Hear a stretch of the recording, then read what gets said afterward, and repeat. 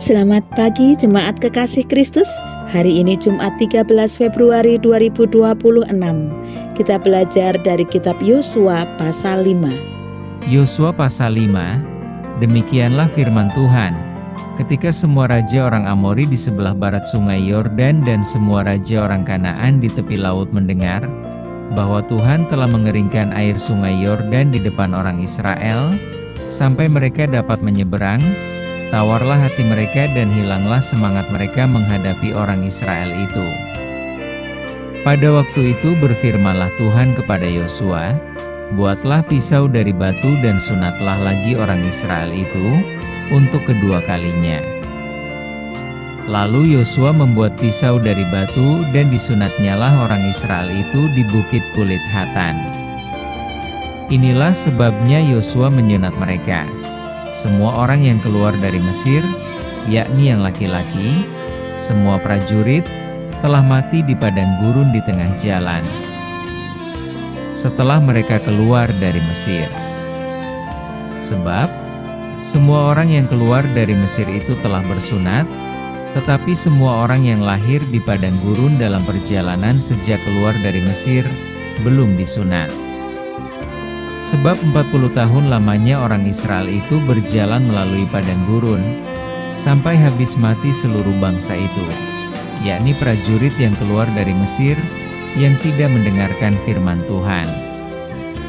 Kepada mereka itu Tuhan telah bersumpah, bahwa Ia tidak akan mengizinkan mereka melihat negeri yang dijanjikan Tuhan dengan bersumpah kepada nenek moyang mereka akan memberikannya kepada kita, suatu negeri yang berlimpah-limpah susu dan madunya. Tetapi anak-anak mereka yang telah dijadikannya ganti mereka itulah yang disunat Yosua, sebab mereka belum bersunat, karena mereka tidak disunat dalam perjalanan. Setelah seluruh bangsa itu selesai disunat, maka tinggallah mereka di tempatnya masing-masing di perkemahan itu, sampai mereka sembuh. Dan berfirmanlah Tuhan kepada Yosua, hari ini telah kuhapuskan celah Mesir itu daripadamu. Itulah sebabnya nama tempat itu disebut Gilgal sampai sekarang. Sementara berkemah di Gilgal, orang Israel itu merayakan Paskah pada hari yang ke-14 bulan itu, pada waktu petang, di dataran Yeriho. Lalu pada hari sesudah Paskah mereka makan hasil negeri itu, yakni roti yang tidak beragi dan bertih gandum. Pada hari itu juga. Lalu berhentilah mana itu, pada keesokan harinya setelah mereka makan hasil negeri itu. Jadi orang Israel tidak beroleh mana lagi, tetapi dalam tahun itu mereka makan yang dihasilkan tanah Kanaan. Ketika Yosua dekat Yeriho, ia melayangkan pandangnya, dilihatnya seorang laki-laki berdiri di depannya dengan pedang terhunus di tangannya. Yosua mendekatinya dan bertanya kepadanya, "Kawankah engkau atau lawan?" Jawabnya, "Bukan, tetapi akulah panglima bala tentara Tuhan. Sekarang aku datang."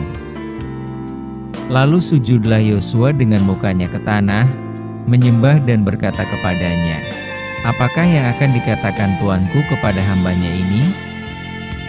Dan panglima bala tentara Tuhan itu berkata kepada Yosua, "Tanggalkanlah kasutmu dari kakimu, sebab tempat engkau berdiri itu kudus." Dan Yosua berbuat demikian. Tema kita, pemeliharaan Tuhan itu pasti. Seringkali orang merasa khawatir tentang bagaimana ia bisa menjalani hidup saat ini dan di masa yang akan datang. Perasaan itu bisa membuat orang menjadi gelisah, tidak tentram, dan tidak bahagia. Bahkan ada orang-orang yang kemudian sakit-sakitan karena dikuasai oleh perasaan khawatir. Pertanyaannya, mengapa orang khawatir? Padahal kekhawatiran tidak akan bisa menambah sehasta saja pun pada jalan hidup kita. Kita bisa membaca dari Matius 6 ayat 22. Salah satu sebab orang merasa khawatir adalah karena ia tidak percaya kepada Tuhan dan pemeliharaannya yang ajaib dalam hidup manusia.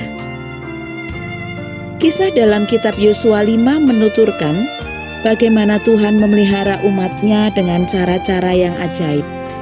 Pada saat umat Tuhan berada dalam perjalanan di padang gurun selama 40 tahun, Tuhan memelihara hidup mereka dengan memberikan mana sebagai makanan mereka. Dan tatkala umat sudah sampai di tanah Kanaan yang berlimpah susu dan madunya, Tuhan memelihara hidup umat-Nya dengan hasil bumi dari negeri itu. Pada saat itu, mana tidak lagi turun dari langit. Tak ada lagi mana bagi orang Israel. Dari pengalaman umat Israel tersebut, kita belajar bahwa pemeliharaan Tuhan itu pasti. Ia tak akan pernah meninggalkan umat-Nya. Ia senantiasa memelihara umat-Nya dengan berbagai cara sesuai dengan kondisi umat. Ketika ada di padang gurun, umat diberi makanan mana yang turun dari langit, sebab umat belum bisa bercocok tanam dan menjalani pola hidup nomaden. Namun, setelah umat menetap di tanah Kanaan, mereka dikaruniai makanan dari hasil bumi negeri Kanaan, dan untuk selanjutnya umat dapat bercocok tanam dan memulai hidup yang baru di tanah yang baru. Dari situ kita dapat melihat bagaimana Tuhan mengatur segalanya agar umat tidak pernah lapar.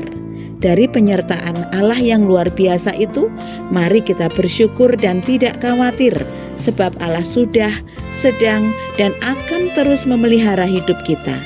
Mari kita terus berusaha mengenali karya-karya pemeliharaannya, sehingga hidup kita penuh syukur. Mari kita berdoa. Bersyukur untuk kasih-Mu yang senantiasa boleh kami rasakan setiap hari ya Tuhan.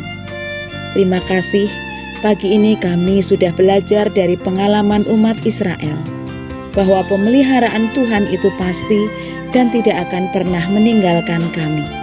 Engkau memelihara umat-Mu dengan berbagai cara, dan kami percaya bahwa sepanjang hari ini kami juga akan Engkau pelihara dan Engkau berkati. Kami serahkan setiap pekerjaan kami, setiap aktivitas kami, setiap masalah kami hanya ke dalam tangan kasih-Mu. Mohon ampun atas setiap dosa-dosa kami. Di dalam nama Tuhan Yesus Kristus kami sambut hari ini. Amin.